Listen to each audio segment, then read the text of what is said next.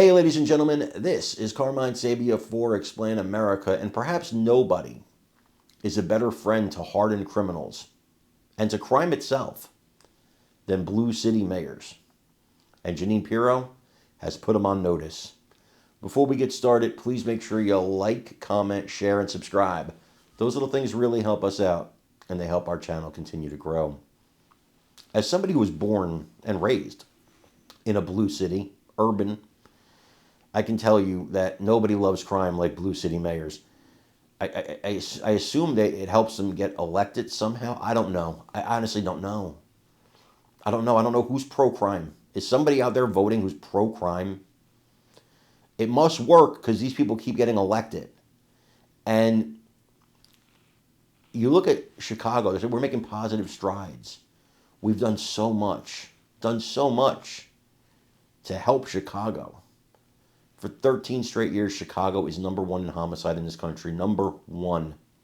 13 years in a row. What have you done, Brandon Johnson? What have you done, J.B. Pritzker? You've done nothing. And a man comes along, wants to bring in the National Guard, wants to bring in federal agents, wants to save lives. You talk about Black Lives Matter, and every single week we lose them in the city of Chicago. At least in Washington, D.C., the mayor welcomed the help.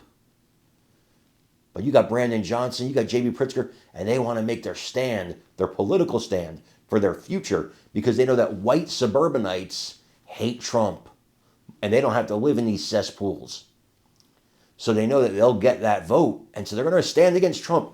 They don't care how many people pass away. How many people in Chicago are struck down. It doesn't make a difference to them. It's just a number. But these are people's children. People's wives, husbands, fathers, grandfathers, brothers, sisters. They're human beings. These families torn apart forever. And Jeanine Pirro, she put it perfectly today. If you have a problem with this, if you have a problem with us helping, then you clearly stand on the side of crime. You stand against your own communities. And you should be run out of office. I want you to watch this and let me know what you think in the comments. President Trump has literally changed the safety landscape in Washington, D.C. And I often wonder, in answer to your question, whether, who is the person who says, crime is low enough for us to handle? Who decides what is acceptable? If we go from intolerable to unacceptable, does that mean we should pat ourselves on the back and say, let's just leave town? No, that's not what President Trump is about here. Washington was one of the most violent cities, not just in the United States, but in the world. So let's not pussyfoot around this whole thing. We've got individuals who are being shot, stabbed, beaten, and brutalized, and arrests are not being made. In the last year and 8 months, 45 black teenagers, minority teenagers, have been shot and killed with firearms. You know what the clearance rate is, Shannon? The clearance rate, meaning how many cases have been solved, is 29%. That means that 70% of the murderers of African-American teens, all of them killed with guns, are still out on the street with their guns, continuing to do what they do. And so for all those people who say, oh, crime is down, isn't this great? That's nonsense. What we need is to recognize that the first order of government is the protection of its people.